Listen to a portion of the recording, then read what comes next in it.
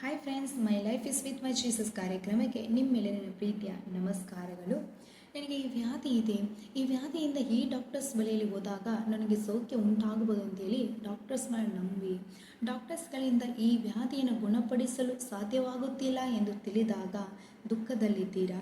ಅವರು ಕೊಟ್ಟಿದ್ದಂಥ ಮೆಡಿಸಿನ್ಸ್ಗಳು ಯಾವುದು ನನಗೆ ಸಫಲವಾಗುತ್ತಿಲ್ಲ ಎಂದು ಕಂಗಾಲಾಗಿ ನಿಂತಿದ್ದೀರಾ, ಅಥವಾ ನನಗೆ ಕಷ್ಟದಲ್ಲಿದ್ದೀನಿ, ನನ್ನ ಸ್ನೇಹಿತರು ನನ್ನನ್ನು ಪಾರು ಮಾಡೋರು ಎಂದು ಅವ್ರನ್ನ ನಂಬಿದ್ದೆ, ಅವರು ನನ್ನಿಂದ ದೂರ ಹೋದರು ಎಂದು ಕಂಗಾಲಾಗಿ ನಿಂತಿದ್ದೀರಾ.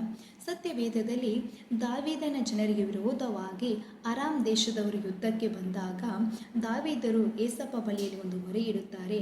ನಮಗೆ ಕೈ ಕೊಟ್ಟು ಈ ಶತ್ರು ಬಾಧೆಯಿಂದ ನಮ್ಮನ್ನು ಕಾಪಾಡು, ಈ ಶತ್ರುವಿನ ಕೈಯಿಂದ ನಮ್ಮನ್ನು ಕಾಪಾಡು, ಮನುಷ್ಯರ ಸಹಾಯವು ವ್ಯರ್ಥವಾದದಂತೆ ಹೇಳಿ ಏಸಪ್ಪ ಬಳಿಯಲ್ಲಿ ಮೊರೆ ಇಡುವಾಗ ಏಸಪ್ಪ ಆ ದಾವೀದನ ಜನರಿಗೆ ಮುಂಬಲವಾಗಿ ಇದ್ದು ಅರಾಮ್ ದೇಶದ ಜನರನ್ನು ನಿರ್ಮೂಲನೆ ಮಾಡಿ ಅವರಿಗೆ ಜಯವನ್ನು ಕೊಟ್ಟು ನಡೆಸಿದಂತಹ ದೇವರು ಇವತ್ತು ಕೂಡ ಜೀವಂತವಾಗಿದ್ದಾರೆ. ಹಾಗಾಗಿ ಮನುಷ್ಯರನ್ನು ನಂಬಿ ಮೋಸ ಹೋಗಿರುವಂತಹ ನಾವು, ಮನುಷ್ಯರಿಂದ ಈ ಕಾರ್ಯ ಮಾಡಲು ಸಾಧ್ಯವೆಂದು ನಂಬಿ ಕಂಗಾಲಾಗಿ ನಿಂತಿರುವಂತಹ ನಾವು, ಏಸಪ್ಪಯಿಂದ ಎಲ್ಲವೂ ಸಾಧ್ಯ.